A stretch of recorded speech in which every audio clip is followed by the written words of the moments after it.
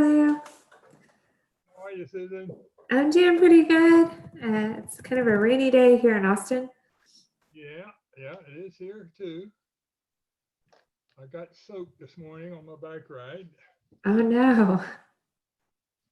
but who complains about the rain in Texas, huh? That's right. It's true. Yeah, nobody.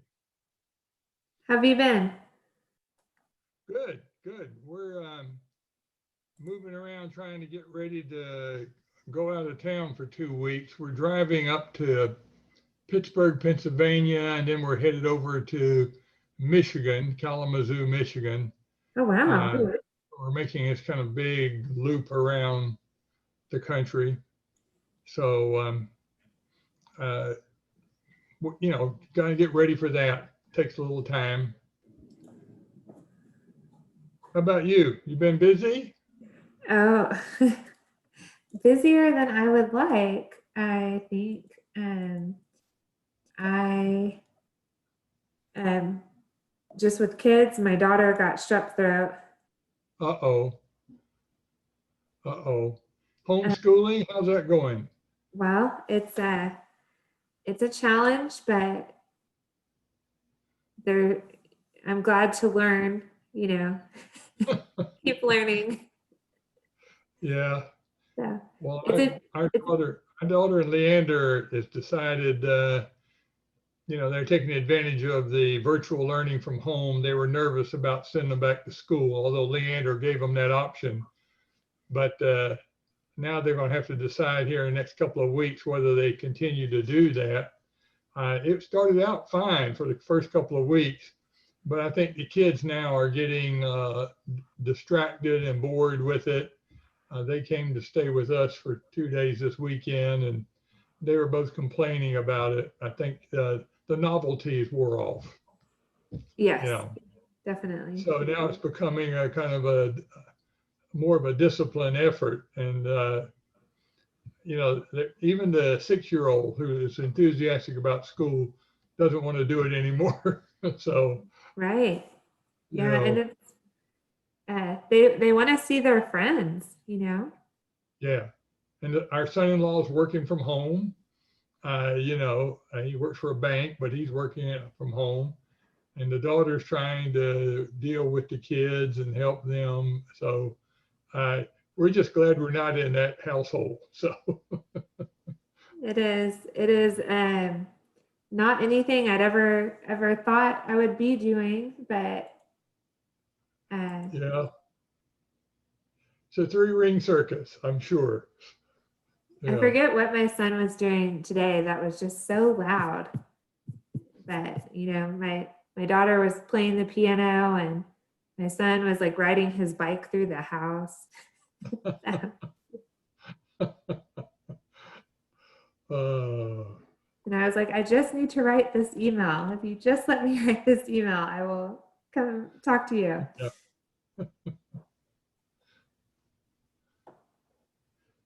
So I see Wendy's here. Hi, Wendy. We're glad you made this meeting. Thank you. Guys, here comes Linda. We might have a quorum. Let's hope. Here's Grayson. Linda's here. Hi, Linda. Grayson is coming on board, it looks like.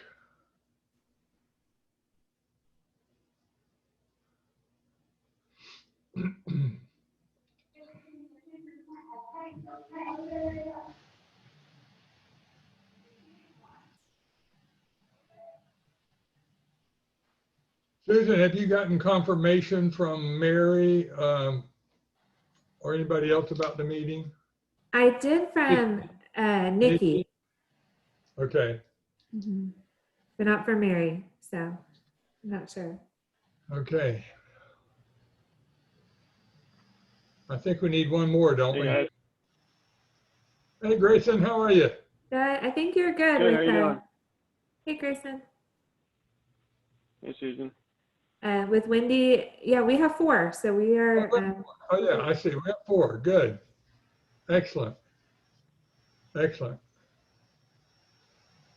Well, it looks like Nat was here briefly. I saw him briefly. I see his name up on the screen.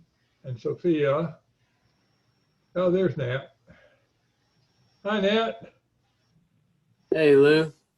How are you? Good. I just let the Here important people have their cameras on. I'm just in the background hanging out.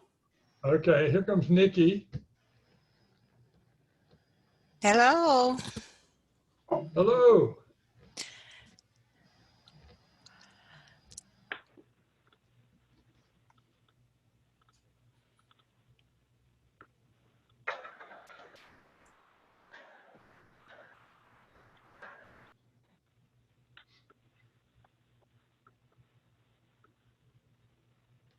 I see Myrna's on, which we need her. Somebody take Hi. minutes. Looks like we're going to have a meeting, Myrna. So we need you to record something. Taking minutes. So.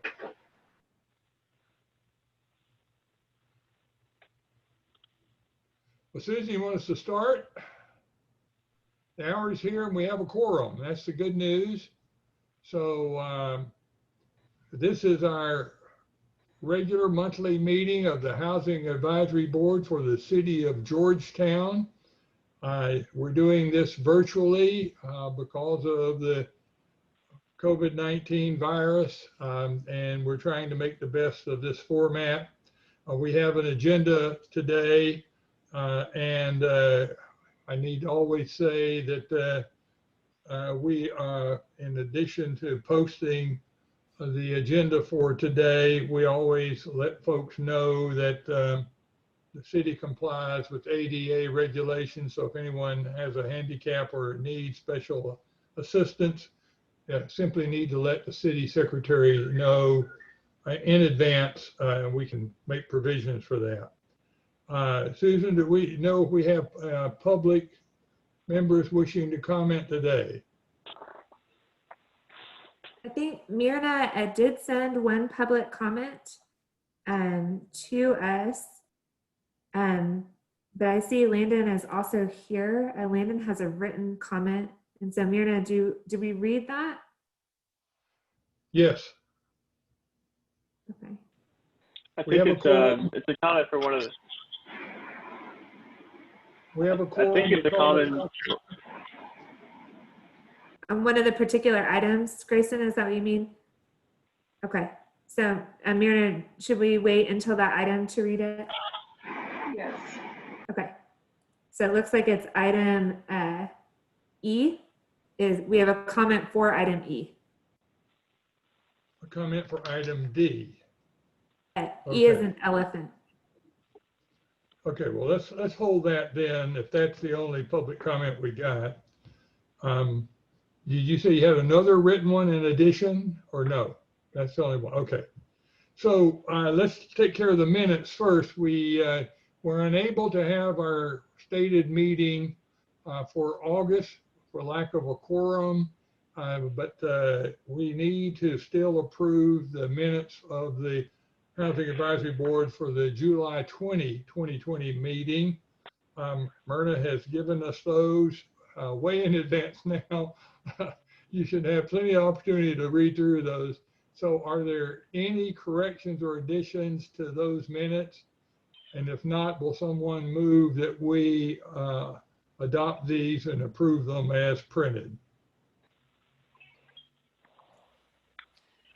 I move that I'll we, make a motion to okay, go ahead. I'll second. to approve the minutes from July 21st. Grayson has made a motion to approve the minutes of July 2020, and Nikki Nikki's Brennan has seconded it. All those in favor, put a thumbs up, please. That looks like we got it. So that takes care of that. So we're going to go on down the Real quick, agenda. Lou, if I could, Nikki doesn't have her video on, so I just want to make sure Myrna got Nikki's vote. I appreciate the thumbs up. But Nikki, what was your vote on that item? I approve. Okay. Thank you. Yes. Okay, item C, the consideration and action to, we've taken care of C. We're going to go to D now. That's where we have a comment. And Susan, we're going to turn that back to you because we already got a little tutorial on the housing tax credit resolution request process. And I think you have some updates about that in terms of actually someone wanting to apply. So we actually have a live case to use as an example of that, but we're going to turn that to you and let you finish off what you need to help us understand about this whole housing tax credit process. All right, thank you, Lou. I did want to congratulate Grayson on his new addition to his family from the last meeting before we got Yes, started. congratulations, Grayson. Are you sleeping at all? Yeah, congratulations. Thank you. Doing good. Good. Okay, so we are going to follow up from our July item on the housing tax credit resolution request. We kind of talked through the June meeting and then talked about some possible additions to the application. So we're going to review those updates and see if the board agrees that the updates reflect the direction from the July meeting or if anything additional is needed.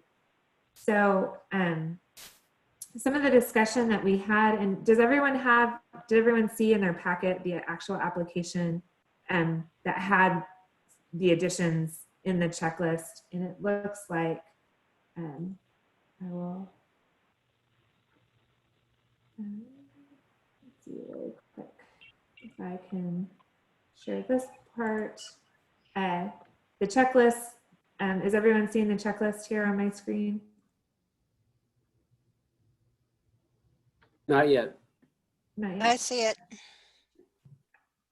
Okay, and so we added some points under other information about factors that influence the site and some more about the nonprofit and government partner. And so we'll go back to the PowerPoint. But one of the questions we added was, will there be a nonprofit or government partner? And please provide the partner information and details of the community benefit. If the partner is yet to be determined, please provide scenarios of who the partner might be, criteria for selecting the partner, and how funds will be reinvested in the community, and examples of previous partnerships. And so that's kind of a lot, somewhat of a detailed question, but I want to give the board kind of an opportunity to weigh in on if this sort of captures the discussion around the nonprofit or government partner that we had in July. I know it's been a little bit of time since we last met.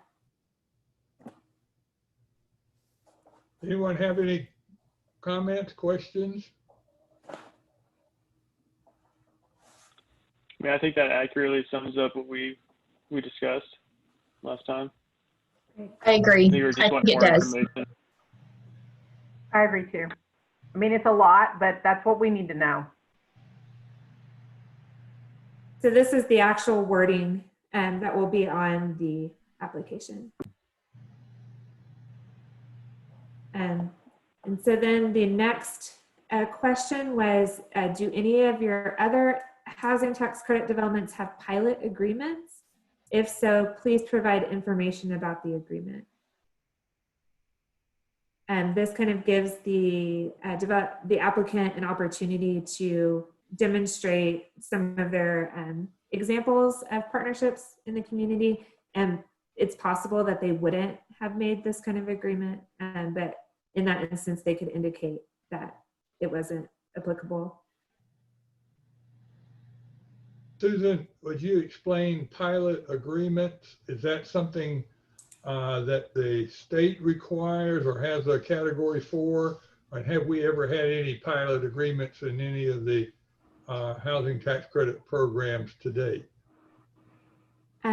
The word pilot, I believe, is an acronym. I need to look up, but I think it's payment in lieu of Taxes. That's Mhm. correct. Thank you, Nikki. And so in my discussions with a few developers, not any that were working with us, it's something that they had entered into whenever proposing the tax exemption. And so, for example, some applicant or some developers in other communities have used the pilot agreement to say, well, we're not going to pay property taxes, but we will pay a per unit cost to the school district directly for this impact. And so it wasn't, when I talked to developers, it wasn't something that they volunteered necessarily, but when asked about it, then they gave that information. And so that prompted a sort of adding this question to give the opportunity to find out if that's something that the developer is familiar with. And why do we want to know this? Well, it came up as a few times during council. I believe that the board mentioned that we should ask. Well, I think it was probably me, because one of the objections from the city is that they don't pay any taxes, and they feel like that's one of the reasons they don't like that tax exemption. So if they offered some type of pilot in lieu of tax payments, then maybe the council would be more, you know, would be more interested in the development if they paid something towards the school district or the city for their services, that type of thing. Yeah, I get that, but we're asking them about not necessarily the development project they're bringing to us. The way I read this is that the developer has used this kind of a pilot agreement in any other development they've had, not the one that they're submitting. Is that right?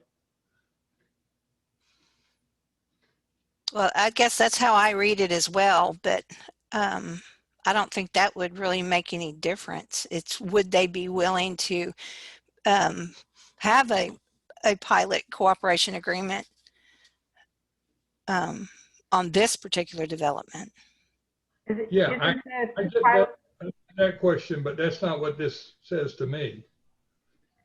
Would it be pertinent to ask both questions? To ask first if they've had a pilot agreement before, and if so, to provide information about what that has been in the past, and whether or not they would be willing to enter into a pilot agreement for this particular development. Project, yeah. Does the question above, will there be a nonprofit or government partner, yes or no, reflect whether they're going to have a pilot agreement of some sort? I don't think they necessarily go hand in hand. No, generally that's why they have the government partner, is so that they do get the tax exemption. Right, so they don't have to pay taxes. But just because they're not paying taxes doesn't mean that they have a pilot agreement. They probably don't have a pilot agreement. I mean, the government entity may have a pilot agreement with the city, but more than likely, that's the whole reason why they want that other government or nonprofit partner, so they can get the exemption.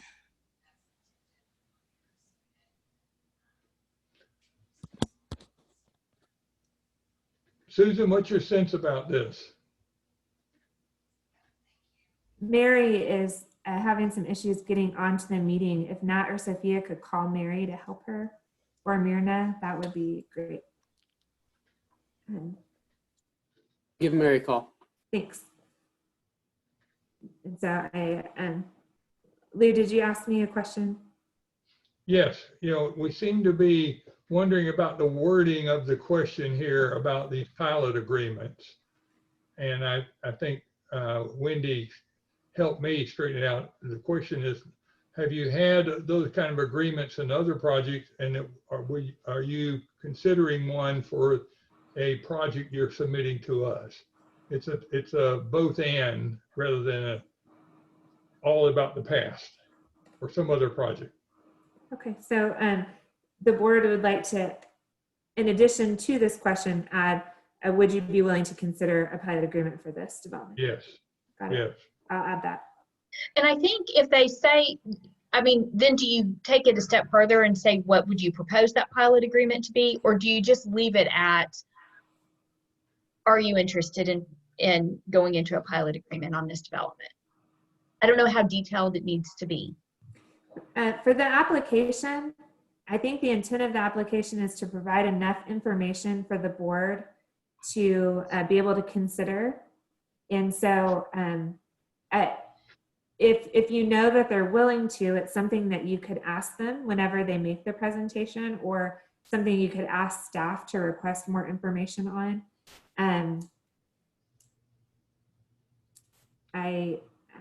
It's just alerting us to the fact they may be wanting to have such an agreement. Whether it could be on the table or not. Yeah. Okay. And kind of informing your recommendation of the project. Right. Good. Okay, let's move on. And so then the next statement was, please provide information on factors that influence the selection of this site. This may be, it's a somewhat generic statement. The context when the board talked about this last time was some of the questions that came up for the previous project was, why Georgetown, why this site? And so that's the context for this. And I am kind of looking for the board's feedback on, does this statement going to get the information you need around those questions?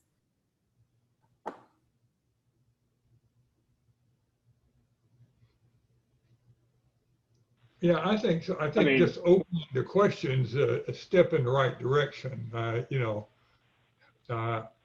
guess the question would be, when they come before us, we could ask for more detail about that. At least we get the issue out on the table. What are we, what are we looking for by asking this question? I mean, is there a certain response, or developers find land that's available or for sale or near commercial use or near utilities? I mean,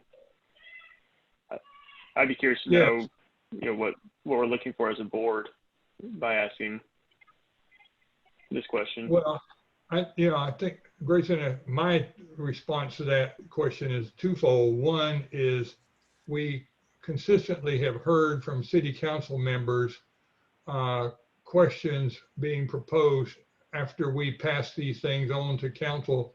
Then there's concerns about just what you said, why they put a development, particularly if these are rental units, as many of them are, close to a certain residential area, why they pick a place that's so remote and away from commercial services or transportation corridors. The council's asked those kind of questions. So, I think it behooves us to have at least some conversation with developers about that, why they pick these particular sites. The other side of that is, the question about land costs. Most of us would assume that one of the big drivers would be the land costs, but there also may be other factors involved in where they put one of these. If they are trying to serve a particular workforce need, they put it there to be close to job employment opportunities. So there's just a lot of moving parts here. But I just know that the council has asked some of those questions, and particularly because there are a lot of concerns around the NIMBY, not in my backyard concerns. So the question is, before they get too far down the road, why are they selecting these particular sites?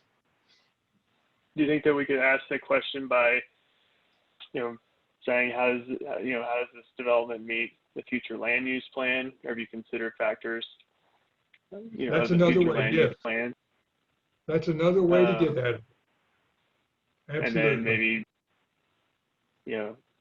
considering these type of developments require transportation needs, is there a consideration taken into how this development will meet the needs of public transportation or something along those lines.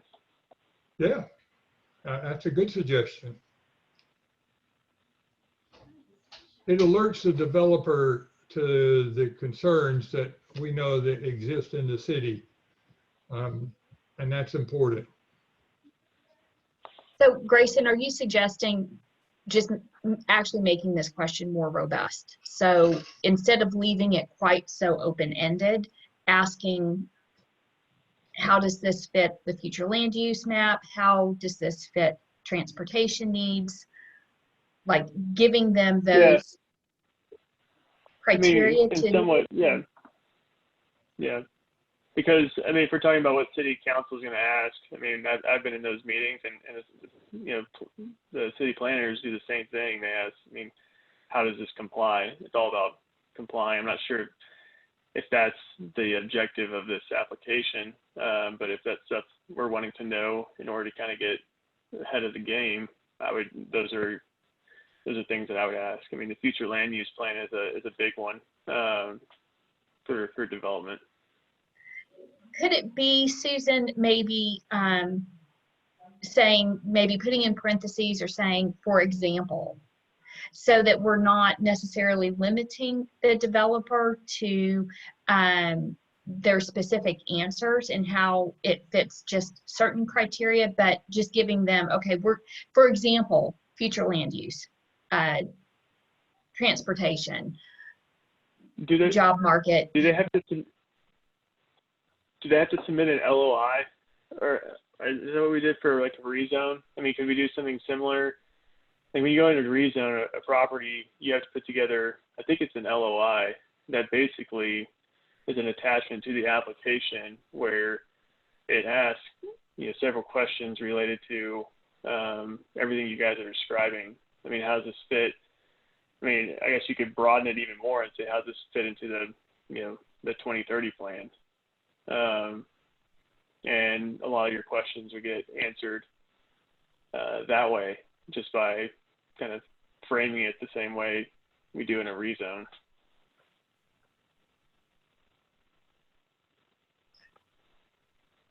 Well, these are all good So, suggestions.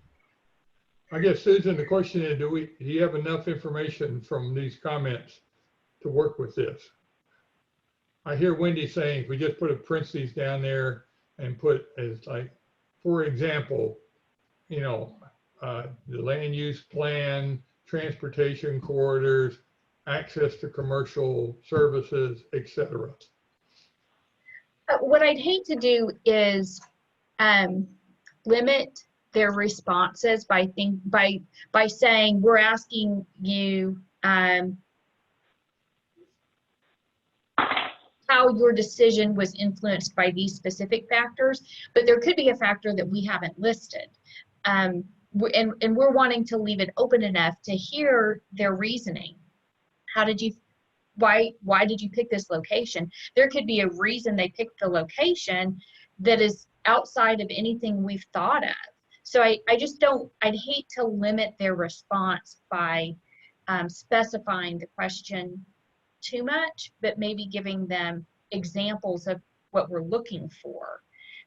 Because Susan, aren't there some of the tax credit properties that the location is somewhat dictated by the state? On the competitive side, for the competitive 9% program, the qualified allocation plan kind of outlines where the sites that will score the most points. And so then that kind of drives developers to a location. On the and that was, sorry, she loves saying, I mean, but that was some of the reasoning for the development on Williams Drive, those 3 developments. And it was because they were in that competitive tax credit program, and those locations were kind of dictated for them, or they were limited based on what the state told them.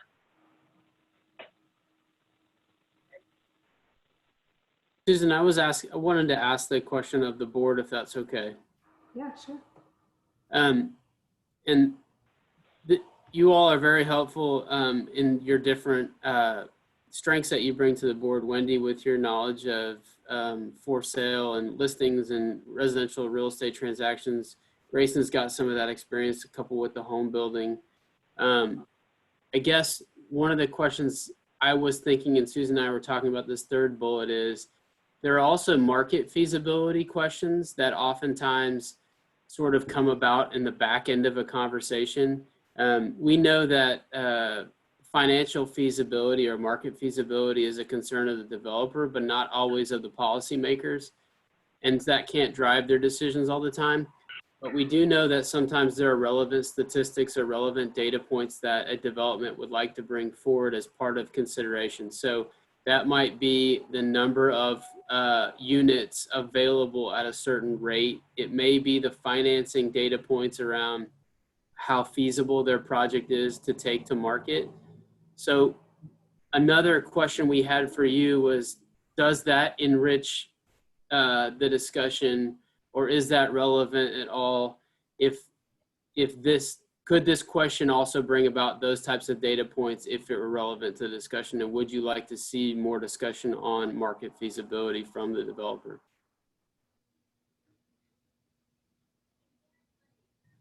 I think that's a great question. And again, I mean, obviously there's a balance between information overload, but I think I think these are all information points that would be beneficial in helping to make a decision. I don't know that that's one question though. That seems like a huge question. I don't know how to break that down, but it seems like that's more than one question.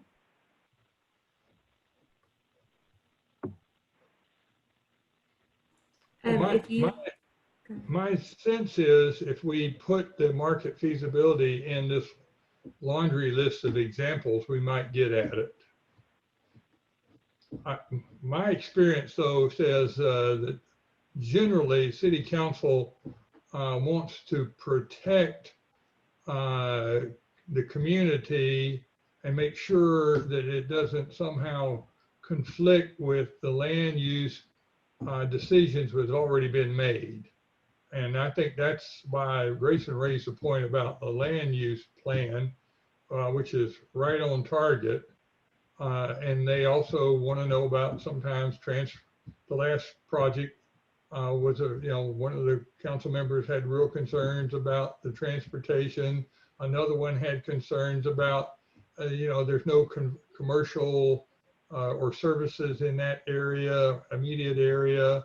So we know what some of the questions are, but I think what I hear Nat saying is, do we want to know more about the market feasibility and how that came into play into their decision, which I think is another good piece of information to have. But rather than make them separate questions, I just wonder if we could get by with put the parentheses in there, for example, and then list some of those. Yeah, I think the only thing I would caution on is what maybe Wendy and I consider a market feasibility. A developer is going to look at that a lot differently. I mean, those companies will spend, tens of thousands of dollars putting together feasibility studies, and so I'm not sure. Well, two things. I mean, if that's kind of our lane to swim in at this point, and reviewing one of those, and secondly, at what point of the application process are they arriving here where they've spent $10,000, $5, $100,000. So just being I think we're going down a rabbit trail a little bit here on what we're requiring of them. That would just be my 2 cents there. Maybe we should back up and just kind of, like Lou said, let's put in parentheses. I think Wendy said the same thing, and just say, here's some examples. Talk about, land use, and, list off a couple other things, transportation. maybe reference the list that Susan was talking about. If there's already requirements on how the site is selected, is that something that we could throw in here as the approval criteria?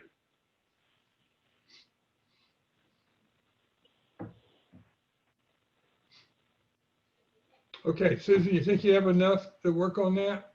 I think so, definitely. Thank you. Okay, Um, thank you. I think our last question here is the application previously said provide 2 letters of support from existing developments similar to the proposal. And then we talked about at the last meeting, if the applicant seeking a tax exemption, to provide a letter of support from a nonprofit or government partner from a previous tax exempt development. And so that would just be providing a little more specificity on the tax exemption piece. So my question is, does this preclude any new developer who's never done a low income housing tax credit project?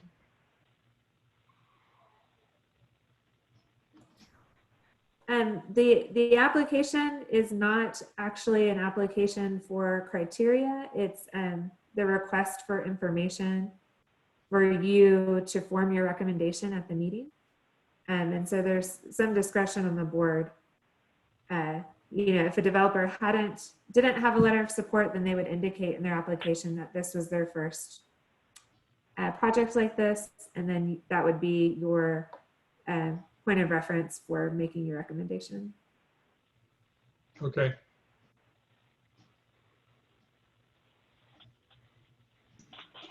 Any questions about this? I have a quick question. I'm sorry I'm late to the party. What exactly are those letters of support supposed to tell us, right? So is it talking about how they're a good manager of that property, or is it something else? The letters of support can vary from applicant to applicant, but kind of provide additional information. I can definitely provide some that were given to us in the past based on this question, but they often do speak to either property management or development quality, different. Some have been from nonprofit organizations that have worked with the developer. I was just curious because of what Lou said as far as precluding somebody who's not has not had a tax exempt project before, right? I just want to know what we're missing out by doing this. That's all. Thank you though.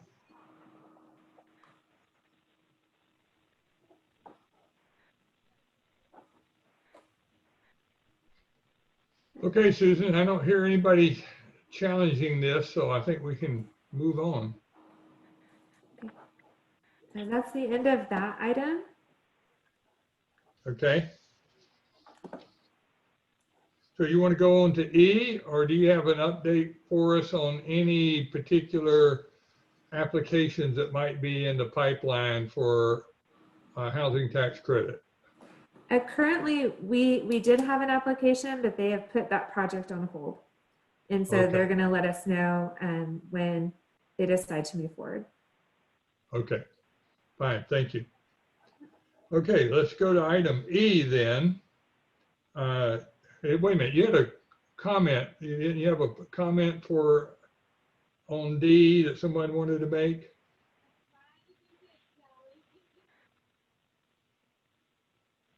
Yes, we have a comment from Landon Smith. And Myrna, I don't know if there's a process on who is supposed to read the comments, or if you'd like me to just read it. So who has to comment? He does? I can read it. Okay, go ahead. All right, so this comment is from Landon Smith, and I believe he's joined us here. And it says, I've read through the neighborhood plans on the Georgetown website, as well as the community impact article on September 17th. I think having a neighborhood plan for this area is a great idea. Preserving the history here is absolutely important. More affordable housing should absolutely be built in these areas. We are one of many builders in the area. So far, all but one of the homes we've built have been on vacant lots. The house we had to tear down was condemned by the city. We're actually about to help restore a house on West Street. I completely agree with the high prices. We recently attempted to rezone a property in the TRG neighborhood to build workforce housing, but it was denied by council on July 28th. Now we have no choice but to build 3 single-family homes. I highly encourage you to watch the recording. We would love to build a more affordable product, but land prices have increased dramatically and the city fees are also extremely high. To build affordable housing takes density, and the current development code in Georgetown is very prohibitive when it comes to multifamily housing. In 2017, we bought a couple of lots on the MLK and wanted to rezone to commercial, but a small coffee shop and burger place called the Rose Cafe, similar to what the Rose Cafe used to be, which is now a bail bond store. We were told there was no way we'd ever get rezoned to commercial. I support so much of what is being proposed here. It's just going to take all of council to get on board, redefining a lot of the zoning code and or some subsidies from the city. I'd love to meet with any residents to hear their story, concerns, and suggestions. Thank you for your time. Great. Well, that's a great comment. I would always appreciate public comments who are concerned about our ability to increase the number of affordable housing projects in Georgetown. My sense is, after serving on this Housing Advisory Board for 3 years, Georgetown is facing the same kind of affordable housing crisis that every other Central Texas community is dealing with, what we call the Austin effect. And the land prices and the desirability of living here makes affordable housing projects very, very difficult for developers. And I think we have to be creative. And part of what we did with the 2030 plan was to put some tools or some guidelines in there, how we could help strengthen housing affordability.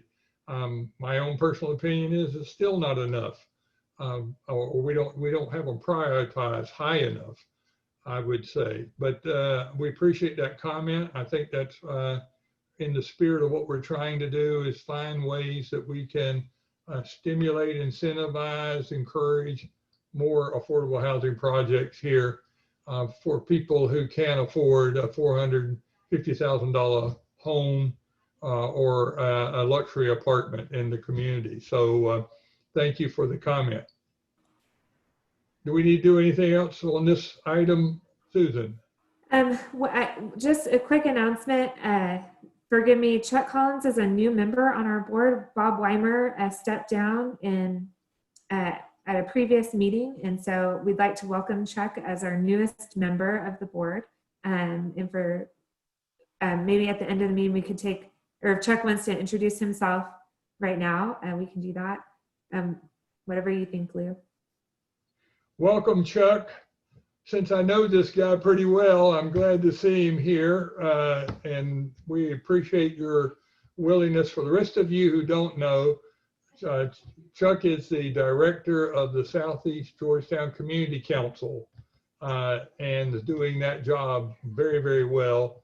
And so he represents another range of constituency in the city, and particularly those who are looking for affordable housing. So we're glad you're here, Chuck. Thanks for agreeing to serve on the Housing Advisory Board and to fill this unexpired term that Bob Weimer left. We appreciate that very much.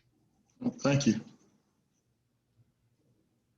Okay. Yeah, I think you did a great job of introducing me. So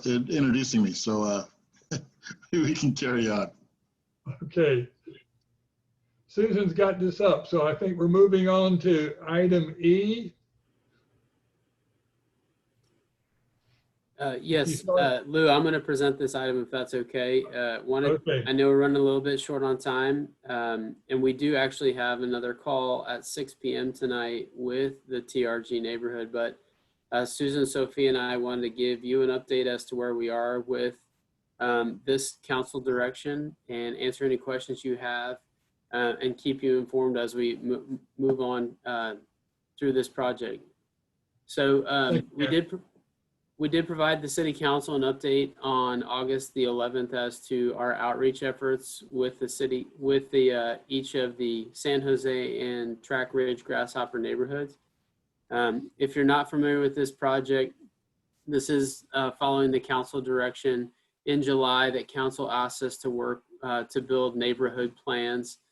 Just a quick reminder that neighborhood plans can do just about anything that the parties agree to, but we generally follow this rational planning process, which is we evaluate existing conditions, we talk alternatives, and then we develop an implementation plan, all of that done through public involvement. So we're working on building these neighborhood plans of each of these communities, and we will be returning to the city council on the 13th of October. So part of our discussion with the council, kind of our big broad steps, was that we were going to work on building relationships with known community leaders, and together we were going to do some outreach to each of the neighborhoods, and then through the outreach and through developing a formal plan to study each neighborhood, what we're calling this path to partnership. So we're talking about accomplishing much of this outreach in the months of September and October. We have gone through both neighborhoods and gotten survey feedback. And now we're working on a presentation to the city council in October where we'll share the summary of the results from both of the neighborhoods and talk about some major objectives that we think, after having consulted with the neighborhoods, would make a good plan. And then hopefully get the council direction in October to move forward with selecting a consultant or set of consultants. We shared a little bit about being intentional in building relationships and identifying leaders in the neighborhood, and we're continuing to do that. You will recall that the San Jose neighborhood is that neighborhood off of Southeast Georgetown. It's a much smaller area than the TRG. In the course of 2 days, with the help of about 11 volunteers, Mary was there. Thank you. Chuck was there. Thank you for being present. Sophia was there. We went door to door to 81 different addresses in the neighborhood. We were really happy to get those one-on-one conversations with folks that take a little longer than just filling out a survey, but it was definitely worth it in talking to folks to get about a 30% response rate. We were really happy with that. And we did find that some people found that Spanish was their language of choice. And we were grateful to have some Spanish speakers with us, but also to have some of the material in Spanish. And we're continuing to provide that as a resource for this effort. We did the same for the TRG neighborhood, just north and west of our offices. We did that on July 31st, a Saturday morning. And we were really happy that we had volunteers from inside of the neighborhood come forward that Saturday morning, their own time. There was some footwork that Susan did following that Saturday to really finish up the survey results. But we did visit about 400 addresses and really pleased that we were able to get 91 surveys completed, both in person and online, which is about a 20% response rate, which we were happy to get. I've done some projects where you're in single-digit response rates, and so these are some of the first steps in getting the community involved. These are in no means the last step. So we want to keep bumping up these percentage of response rates, and we'll continue to do that. So where we are in the next steps, as I mentioned, we have a call this evening at 6 o'clock to talk about the survey results, initial survey results with the TRG neighborhood. And then this Wednesday, we have another call. We have a call with San Jose to do the same thing, to share what some of the insights from the survey and to get feedback from those neighborhoods. When we visited with the council back in August, wanted to share with you what some of their direction was to us, or at least some of the discussion. They talked about how important it is to continue to develop representatives from within the neighborhood, and that our outreach needed to be inclusive. They asked, what is a neighborhood plan and what's a good example? So I'd encourage you all, if you go to 2030.georgetown.org, we've got 2 Colorado examples, both from Fort Collins, and we also have one from Houston. Houston has what they call the Complete Communities Initiative. It's out of the mayor's office, and they are taking on very, very broad parts of Houston and developing neighborhood plans for each of their, I think there's 9 or 13. I can't remember how many right now, but we've got those links on 2030. So check those out. We're continuing to work and read those and understand those. So that we can share with people what it really means to have a neighborhood plan and give them some concrete examples.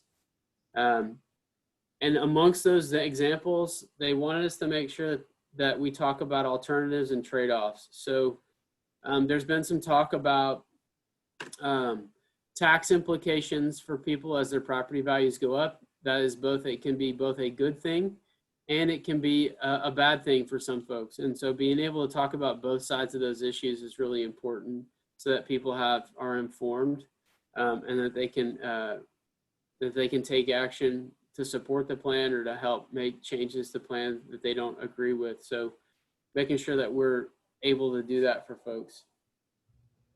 And then we're working to keep things translated on 2030.georgetown.org, and Myrna's helping with that. We've got some identified resources for Spanish speakers. With that, Susan, are there any questions I can answer for the group or any comments?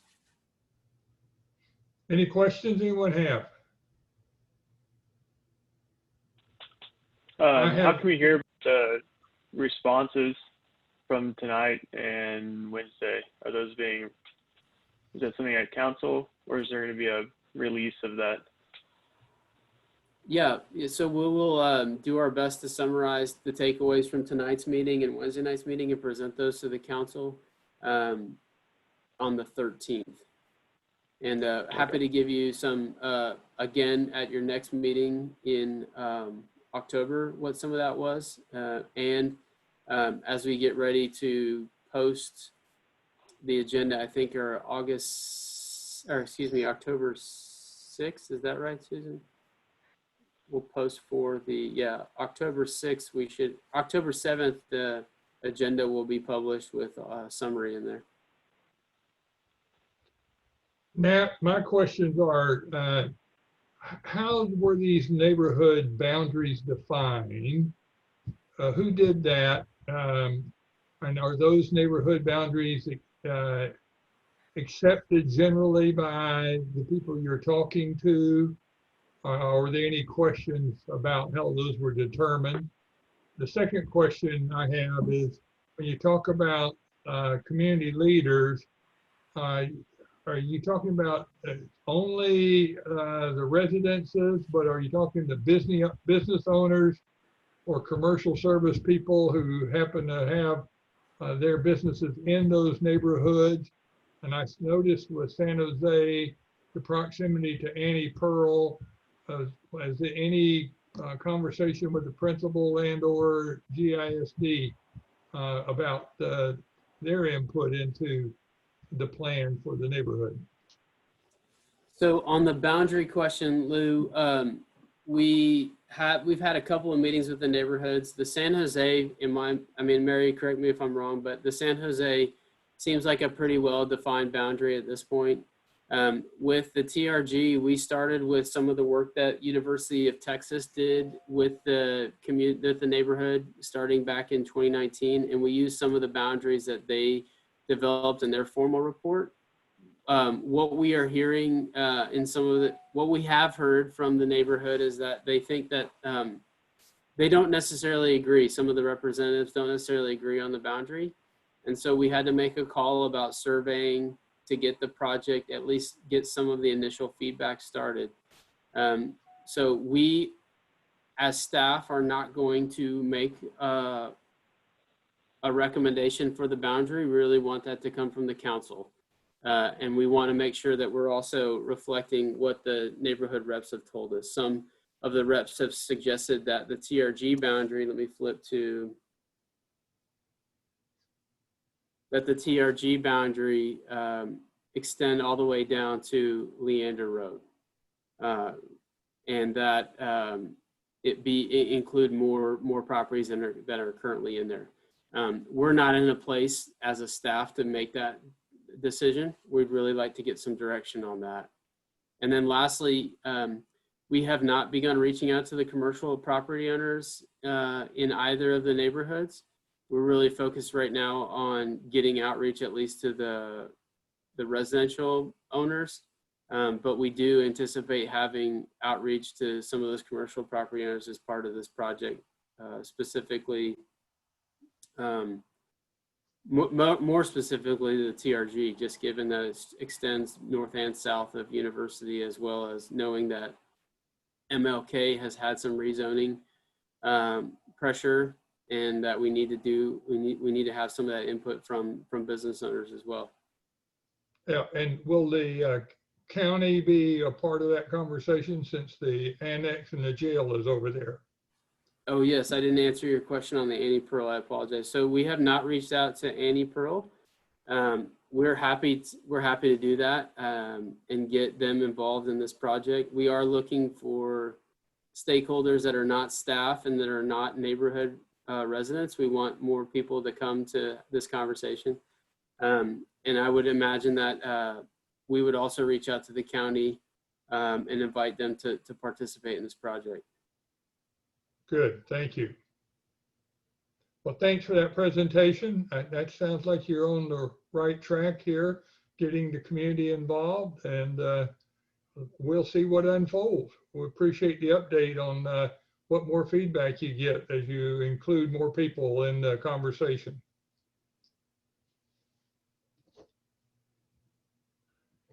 Susan, are we ready to go to item F?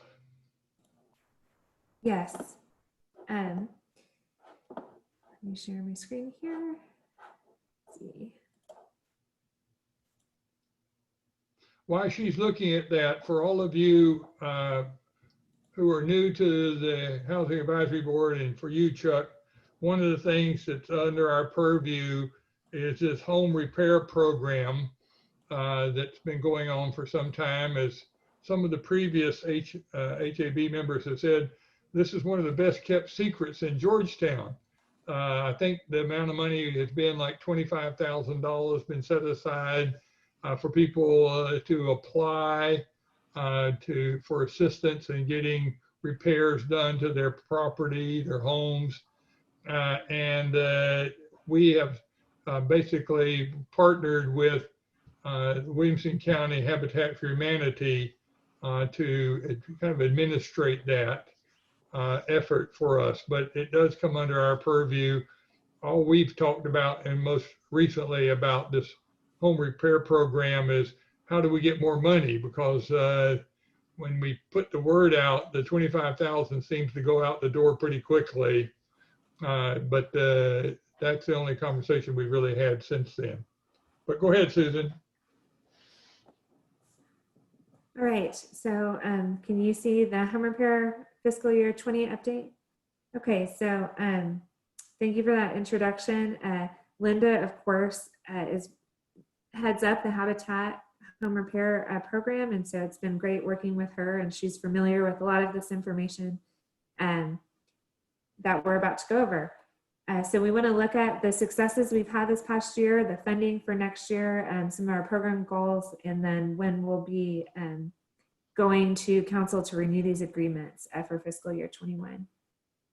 So for this last fiscal year 20 that ends in 9 days from now, September 30th, we had $130,000 that was made up of general fund money, water conservation fund money from the city, and energy conservation fund money. And we also had a community development block grant of $75,000 to use for home repair.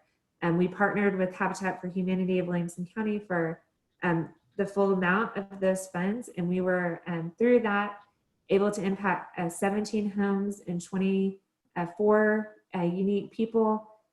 And one of the things Linda provided to us this year was really the value of the volunteer hours. Something that isn't always appreciated, or at least I haven't done as good of a job about putting the information out there. Yes, it's $130,000, but $130,000 would look a lot different with all private contracting and private labor. And so there's really a ton of value through the Habitat relationships with different contractors and through their excellent volunteers that they have, donations, discounts. They're really able to do a lot more than a private individual would be able to do just hiring someone. They've spent this money. And another thing that I really want to highlight for this year is how Habitat adapted during the COVID crisis. So in March, when everything was starting to shut down, the typical program for home repair is that someone applies for the program and then Habitat goes and evaluates the home kind of inside and out generally. With the COVID limitations, that really restricted the ability to be able to go inside of people's homes, but Habitat was able to continue with the program and make some exterior only repairs during this time. And so it was really incredible to keep the program going even with some of those limitations. And for this, here's some examples of the repairs from this past year, including roofing and siding, some foundation work. We hadn't been able to do foundation work previously because of limited funding. When we had only $25,000 for the first almost 10 years of the program, you could spend almost all of that on one home for a foundation repair. But now with more funding, we've been able to really help some people out that some of their repairs are because of the shifting foundation. And so really getting to the root of that problem and really assist that homeowner in being able to keep their home in good repair. So for this next year, we have the same amount of funding as last year, which is also something we're really happy about, given some budget constraints from the coronavirus. But we had applied for the $75,000 right about the time that things were shutting down from the county. We were awarded those funds.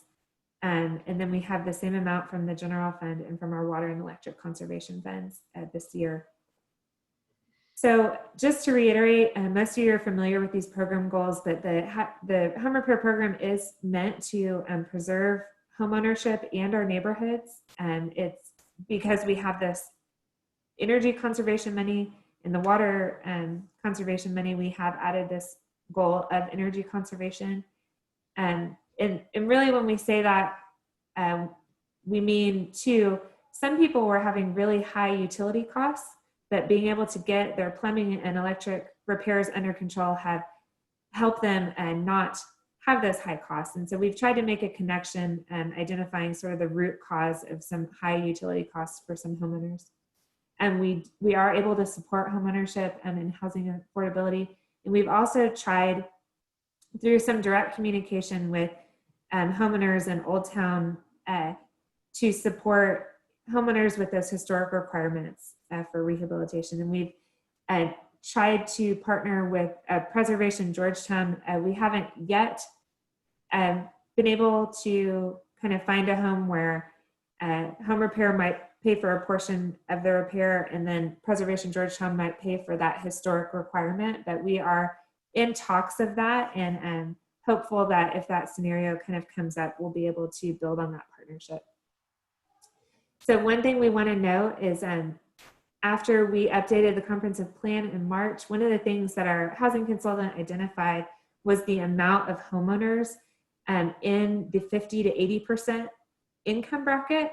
And so we are proposing increasing, and one of the recommendations from the 2030 plan was to increase the income eligibility from 50% to 80% of the area median income to allow more workforce homeowners to apply. And we would like to reiterate that this also means, and one of the things that Linda has told me about is there are homeowners of that 55 and 60% AMI that aren't able to apply. But by increasing this income eligibility, it allows more homeowners to apply. So that is something that will be in, we'll present to council in October as we renew these agreements. Quick question. Yeah. What's the current 80% AMI right now? I believe the 100% is 97,600. And so 80% of that is around 75,000, I believe. But I can get that exact number to you. Linda, unless you know offhand. And it depends on the household size. So a family of 4 is higher than a family of 1. Is there any concern that adjusting it by 30%, or I guess more, would remove some of the funding from the lower end of that spectrum if there's more people applying? Yes, we'll spend the money faster by increasing it to 80%. But there's also a big need for those folks that are just a little bit over all the way up. They're not repairing their homes either. Yeah. So there's a need for that. So, but there's always a need for more money for this. So it's. Well, Linda, since you. Sorry, go ahead. Since Linda, you're directly involved in this home repair program on behalf of the city, and you're on the Housing Advisory Board to our advantage, what's your take on this particular program? You know, I get the sense that we're trying to reach more people in the community who need help with home repairs by raising this income level eligibility. Are there other factors and moving parts in this whole home repair program that you think that the Housing Advisory Board needs to be mindful about and pay attention to or advocate for? Increasing the AMI has its good points and bad points. We get funding from the county to address repairs outside of Georgetown. And the county would very much like that number to increase to 80%. We have other funders that don't want it to increase from 50% for the repair program. But that 50 to 80% is a real population that just sort of falls through the cracks. And we have had people in dire need of serious help because they're having a major repair issue and they don't qualify, and by a couple $100. When you have those limits, it's a strict limit. So I don't have the flexibility to say, well, you're only $100 up, so we'll do it anyway. We have to raise the limit, and that's the new limit. So that is a factor. Yes, we'll go through the money faster, but that's always going to be. How does insurance play into this, out of curiosity? So for the very few that have insurance on their home, for roofing, for example, we've been able to use funds to pay the deductible when the family cannot afford to pay the couple $1,000s and then the deductible and get their roof fixed. Many of these homeowners, they are the home is paid off and they no longer have insurance on the home because that's just a fixed income, and that's something they've dropped because they no longer required because they don't have a mortgage. So many don't have any. Linda, is just to Grayson's point, and the fact that we'll spend more money, or you'll spend more money faster. Is it a first come, first serve type of thing, or is there some sort of other selection criteria? It's a little bit first come, first serve, but it's also,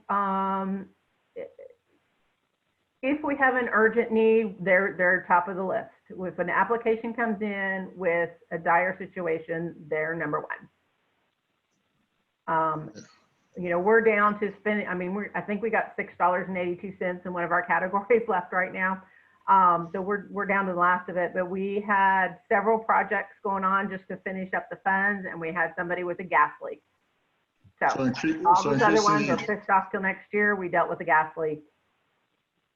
So increasing the AMI doesn't necessarily mean that people who really need the help aren't getting it, outside of you run out of money. No. And if we can't get to them this year, we will hold on to them until next year. If we have to do just stop the immediate leak now and wait until the next funding comes through to take care of the whatever else the problem is, we do have the flexibility to do that, and we will do that. Okay, thank you. One of the other challenges to your question, Lou, is just the plus and minus of putting somebody whole. We tried foundations for the first time this year. We did 2 of them in the city of Georgetown. They are not inexpensive. And that does take a lot of our funding for one particular home. Once the foundation's fixed, then there's all sorts of things inside the house that now have to be fixed. One, for example, we had to readjust plumbing because now the plumbing's all out of kilter, those kinds of things. So we spent a whole lot of money on one particular house. So the concern is that's a whole lot of money, so we weren't able to serve some other folks because we spent it all on this home. However, she's not leaving that home. It's sitting on the ground, and at some point, code enforcement's going to come by and condemn it if it doesn't get fixed. So it's sort of trying to figure out how whole do we make them, how much do we invest into a house to get them so they can be safe in that house, but still be able to serve as many homes as we can. So that's always just sort of a tricky thing to figure out. Thank you. Hey, I have questions. Okay. Linda, I am concerned that if we raise this income eligibility, the AMI, and I'm just stating that, and I wonder why is it that it's the best kept secret? What more can, I guess, even the HAB or even the city do to I guess promote or to let people know that there are these funds available to them? That's my first question. And my second question is there a waiting list now of people that need help? And how long? Okay, the first question is, you got me. We've sent it out in mailers. It's gone on door hangers. It's on every nonprofit gets the flyers all the time. It's on our website. It's on the city's website. And I do that a couple of times a year to send the information out. It needs to get out to everybody, but I get money in November, December, and I don't want to be out in February, which, there's also sort of that kind of balance. I think we made it to September this year because we did slow down quite a bit for a couple of months, or we would have been out of money probably a couple months ago. So yes, it needs to get out to everybody who needs it. However, we do have a wait list. As soon as I get an application in, we're trying to do an assessment just to make sure there's not anything that's just urgent, and if we have any money left that we can deal with it. Right now I have, I believe, 4 in Georgetown that are on the waiting list, and they're either new applications or they are ones that we didn't, I think I have 4 new applications, and I have about 4 that we aren't able to finish this year, but the things that we're going to do for them when we get additional money released, we'll go and finish them off. But right now they're okay. We've done a few things. We just haven't completed what we want to do. And that's for City of Georgetown.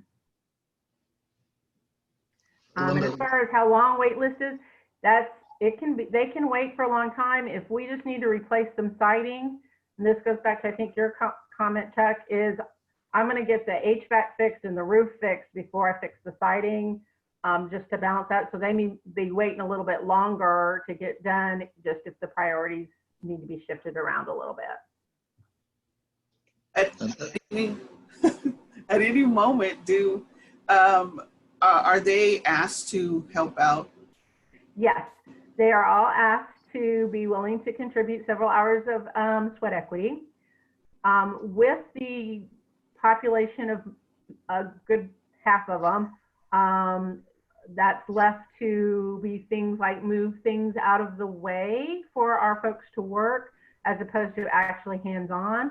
But if they are able to do some hands-on, we welcome their assistance. They are asked, assigned to be willing to commit 10 hours. But for some of them, that's not really a possibility for them. So it's down to if they need to have somebody, a family member, something, move some things out of the way so we have access to whatever we need, that can cover that. Okay. Thank you. Linda, just one more question. Hopefully just one more question. Is there other funding opportunities? Because I saw that you're getting it from the city and from different funds. Is there a way for people to contribute? Absolutely, we do get funding that is restricted to repair program. We've gotten that several times. We've had funding from a local church that restricted it to the repair program. We get every year funding from the Texas State Affordable Housing Corporation, but that's not eligible to be used in the city limits of Georgetown. So we pull from wherever we can get it, but a lot of it has very specific areas that it can cover. And we do provide some level of repairs across the county, with the exception of the city limits of Round Rock. So if somebody wanted to give money, they could earmark it for this particular program? Yeah. Okay. And we have some folks that kind of do that regularly. They like the repair projects.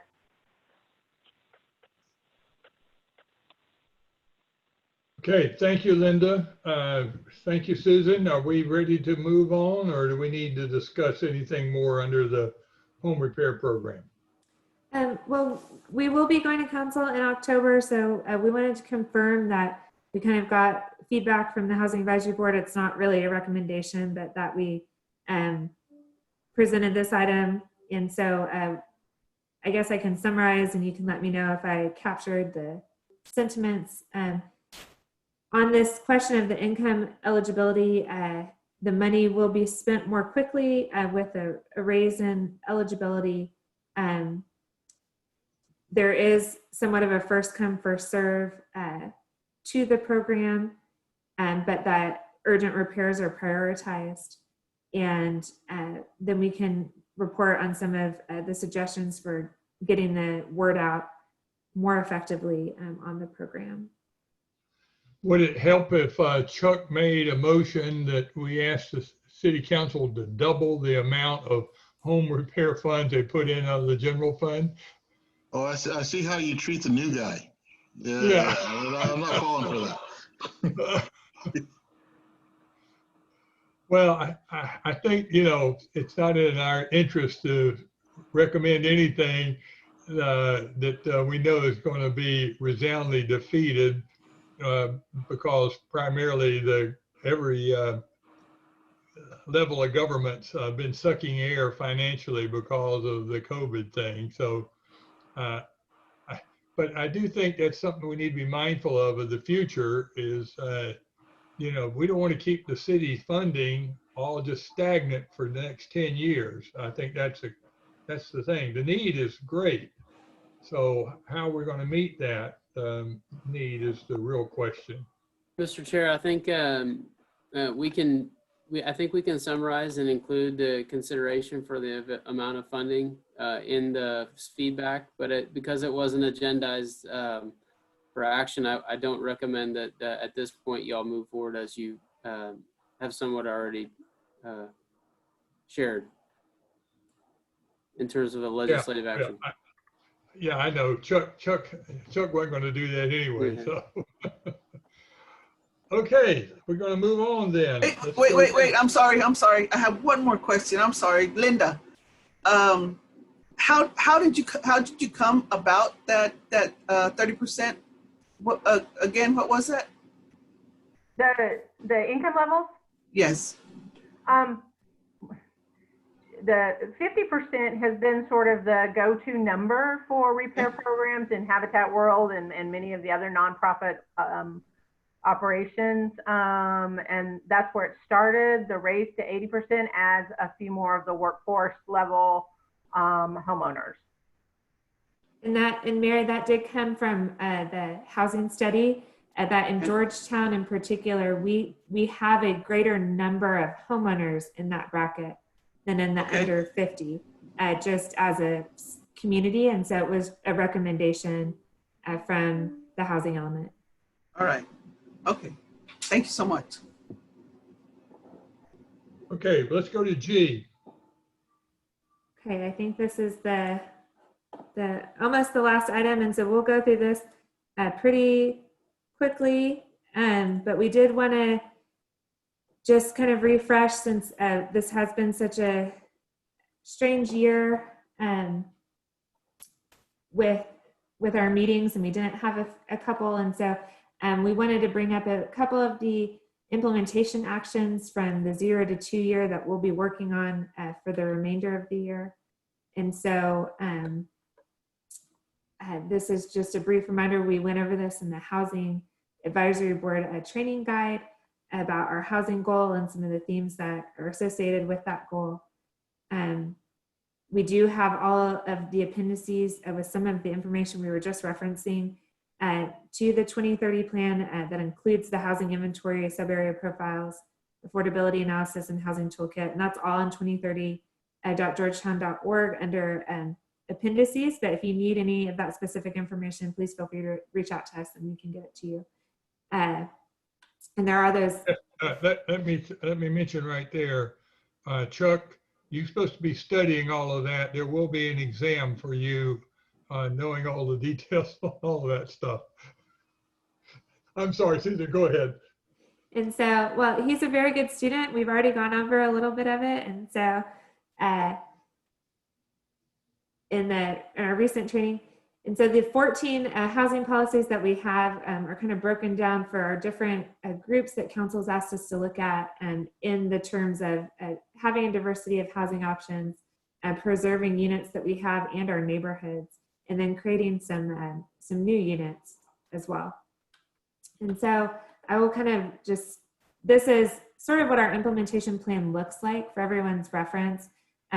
So for example, if you look at here on goal 6, it says policy H1D, and it says expand the homeowner home repair to workforce homeowners. So we're implementing that right now with that income eligibility raising from 50 to 80%. And that was something that we identified through the process, really based around just the number of homeowners that it would increase eligibility to. These are some of the other action items. And so those were condensed really into these bullets for the 0 to 2 years. And we wanted to introduce these first 2 bullets to you guys to let you know kind of what's coming up, like what the board will look at. And so we'll go into a little bit more detail on this neighborhood association program and then researching housing funding sources. We've kind of talked about this expanding the home repair to workforce households.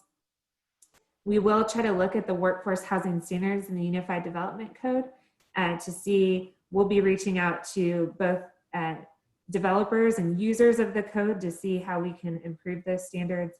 We are already beginning work on this neighborhood plan for the TRG, and that was one of the 0 to 2 year implementation action items. And then we are working to support the Housing Authority in their needs in an effort to preserve our low-income units that we have. So on the neighborhood association program, currently what we have at the city is we do have a way for existing HOAs, homeowner associations, neighborhood associations, to register with the city so that they can be notified of any land use changes. That is a regulatory thing that we have, and we have a formal way in which you can sign up, and if there's a land use change near you or within 300 feet of the association your property is located in, you'll be notified of that land use change. And the planning department assists people with that, and we keep that registration current. One thing that we've learned through some of our outreach is that there are existing neighborhoods without representation. They don't have a neighborhood association, and some don't want it. You know, a lot of the neighborhoods that don't have a neighborhood association, it's because they don't want extra rules necessarily, but they do want to have a way to be organized and to get information and communication from the city. And so we want to support those neighborhoods that would like to get more information in kind of standing up their association if they need it. A lot of cities provide resources to neighborhoods that want to do this. And so we're kind of following suit in providing that support. And so that's what we're looking to do. We do have quarterly meetings from our communications department with existing HOAs. And that the last meeting the communications department had about 6 representatives from homeowners associations, and that the city manager gave an update on the budget and answered questions directly. I think they brought in an attorney that helps with homeowner association rules. And so we want to support any neighborhoods that would like to participate in that way, but don't know how to get started or need a little extra help. And so that's kind of what we mean when we say neighborhood association program. Does anyone have any thoughts or questions about that particular item? Grayson?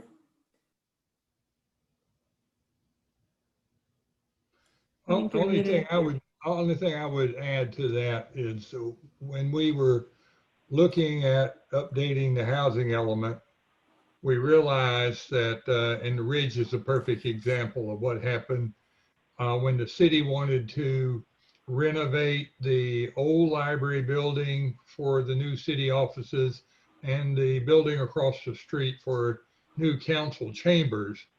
A lot of folks in the Ridge were really upset. You know, I think some in the city were confused by the reaction of the neighborhood, thinking, hey, we're going to improve that building. The old library had been sitting there vacant. We're going to make a much better improvement to that. And we're going to make an improvement to the other building across the street. We're really adding value to the community by investing in renovating and updating those and putting them to good use. What I think we didn't understand was the neighborhood's concern about the impact of parking when government facilities are put in their neighborhoods. And so we had to back up a little bit and find a way to mitigate against those concerns that a lot of the residents in the Ridge had about the impact of parking once you renovate those buildings and more people show up in their neighborhood. And I think the concern that has been expressed by the Ridge neighborhood about the county putting in the annex and the jail there. So there's some old history already was at play when the city came along. So we just need to be mindful that some of these communities, neighborhoods, do not have HOAs and don't necessarily have an experience coming together and raising their voices in unison. They only can do it as individual homeowners in the neighborhood. So we were trying to encourage some of these neighborhoods, especially some of the lower income neighborhoods, who felt like they didn't have voice or any say-so in the community decisions, to do what Hark has done downtown. Hark's a pretty strong force for the people who live near and around downtown. They're organized. They've got a strong presence. And so we were trying to say the same thing to some of these other neighborhoods. We want to encourage you to get organized and have an HOA. But as Susan said, some are reluctant to do that because you've got a trust factor of how much the city will then, or an association will control what they want to do. And so that runs against property rights for a lot of people. So we're threading a needle in some ways on some of this stuff. Well, Susan, the only question I would like for you to answer for the new board people, to go back to your implementation plan a couple of slides back that have the priorities listed. Yeah, right here. Oop, that was it. For all of us who have been working on this, what Susan just had up there and we've lost again, shows, there it is. When you see the 0 to 2, this is, as my understanding, came out of the steering committee that I was on by virtue of being the chair of the Housing Advisory Board. This represents the priority levels of where we're going to spend our time and energy and attention. And so anything from 0 to 2 said, these are some of the highest priority goals and policies and actions that we're going to try to take. You know, I want Susan to explain to all of you who are new, how did these get to be prioritized as the most important to address?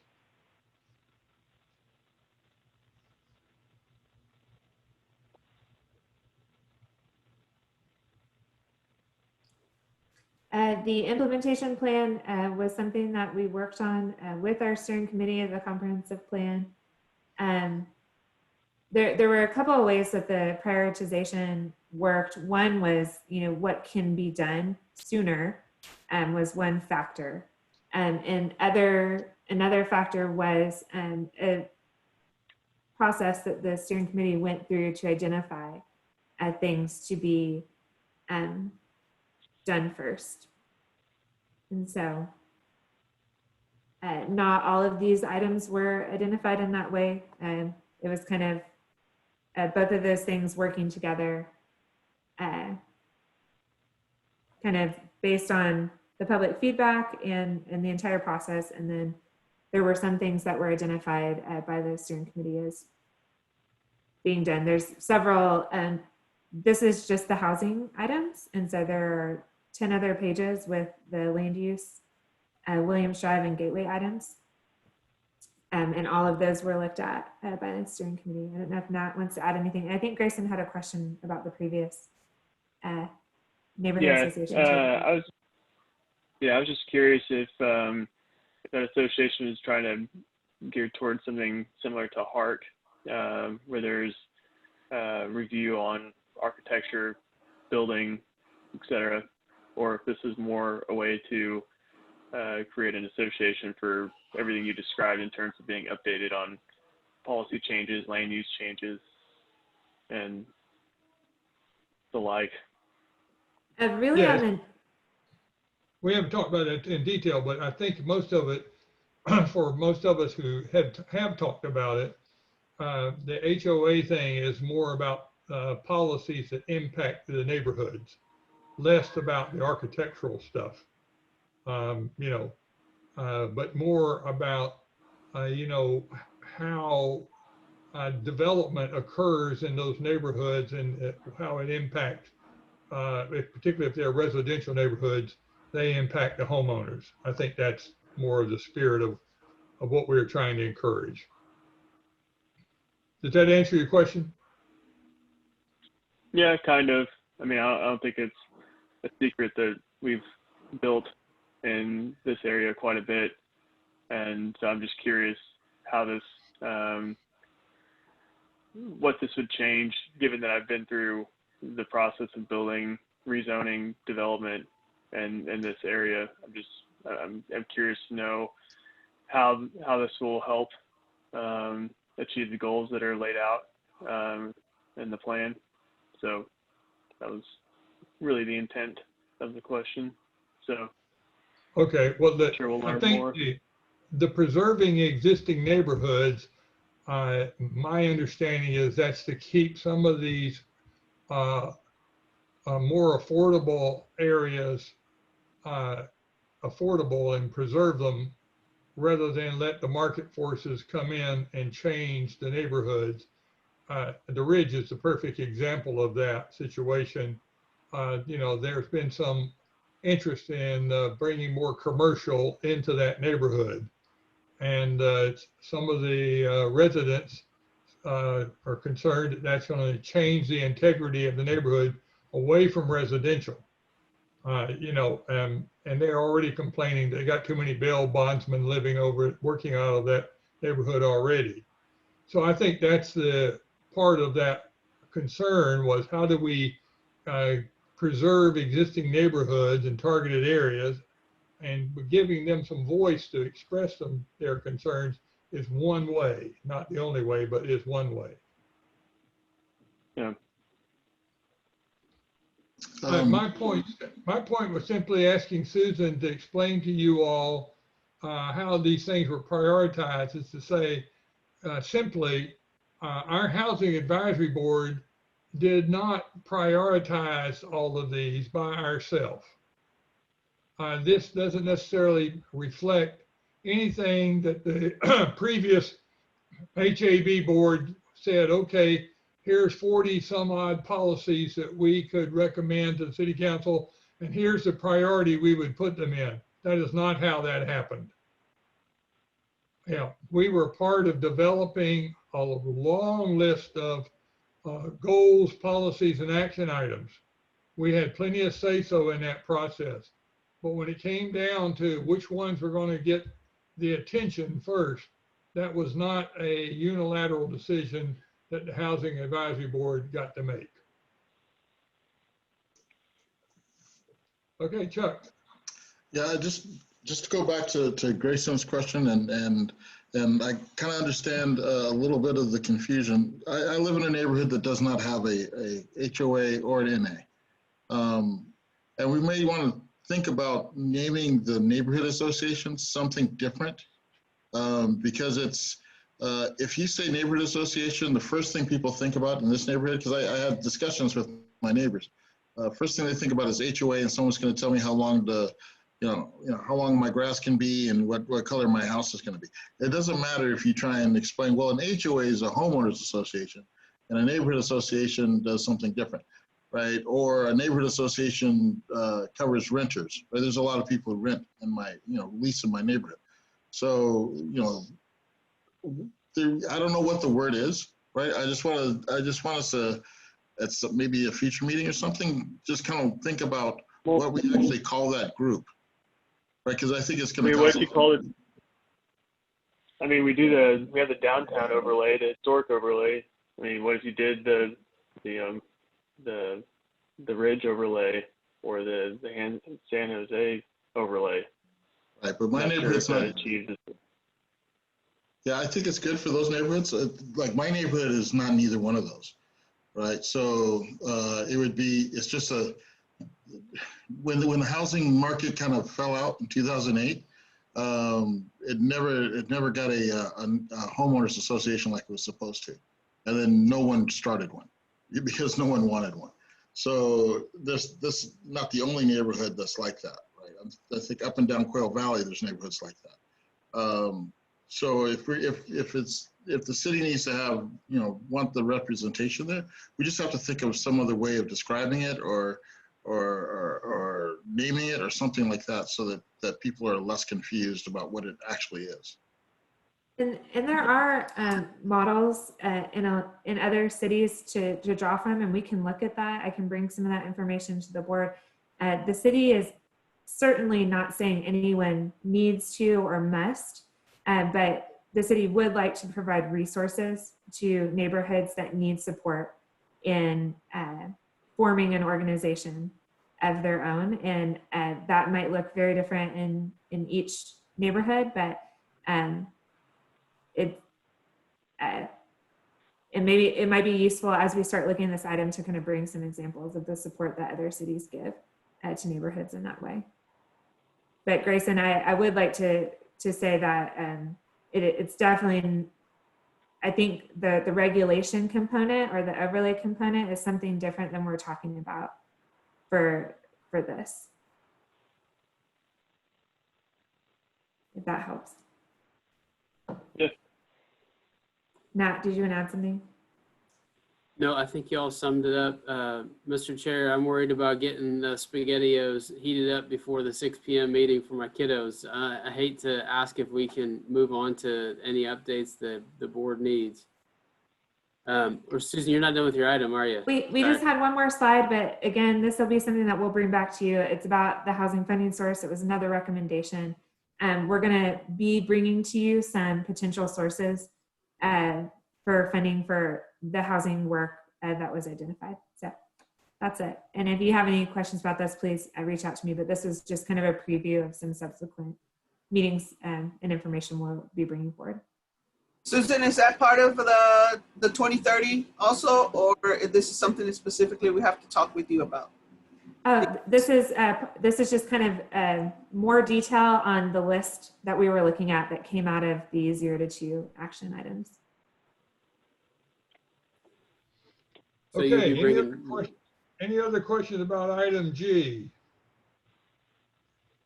If not, I think we have satisfied that. Susan, we'll look for more information coming from you for future meetings. My only update on the Housing Advisory Board is again to welcome Chuck Collins, who's filling Bob Weimer's unexpired term. Thank you, Chuck, for agreeing to serve on the Housing Advisory Board.